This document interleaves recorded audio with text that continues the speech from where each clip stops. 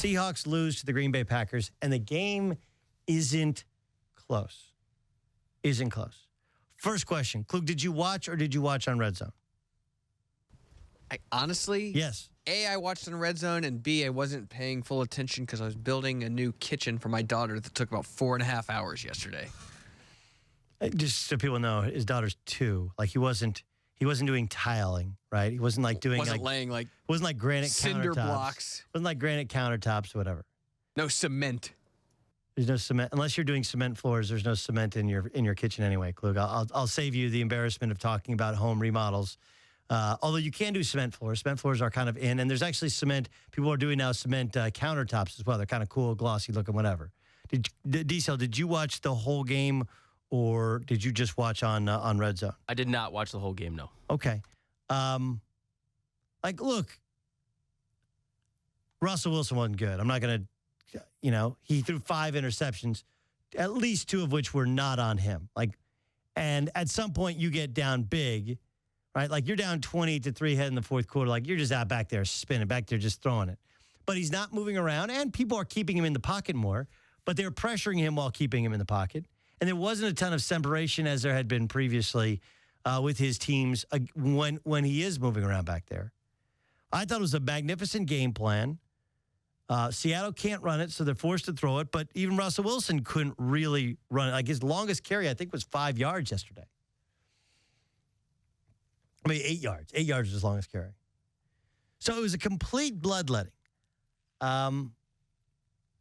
This is one of those where I do think that it was more about the Packers than it was the Seahawks.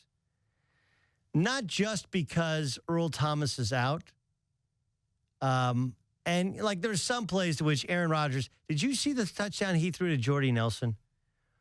And I don't know if we have that particular one, but Jordy wasn't open. Nobody was open. His offensive line gave him a ton of time in the red zone.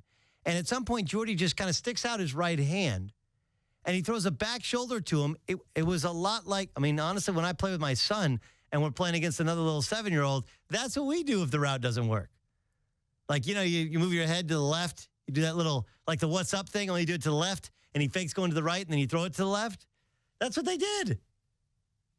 It's unbelievable. This is the throw I'm talking about, where they tried to run a rub route or a little pick play. It wasn't open.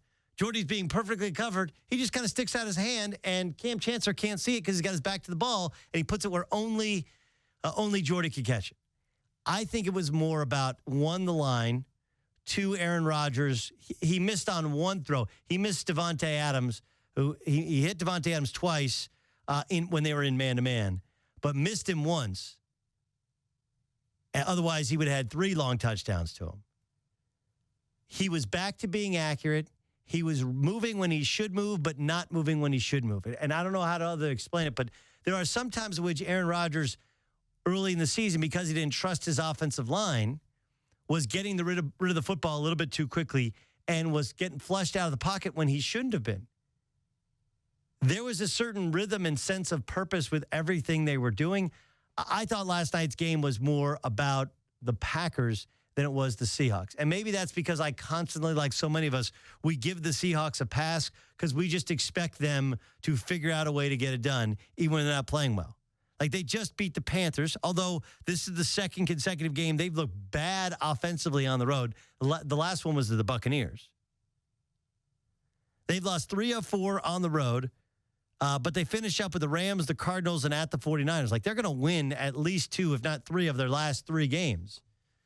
So I think last night was about the Packers.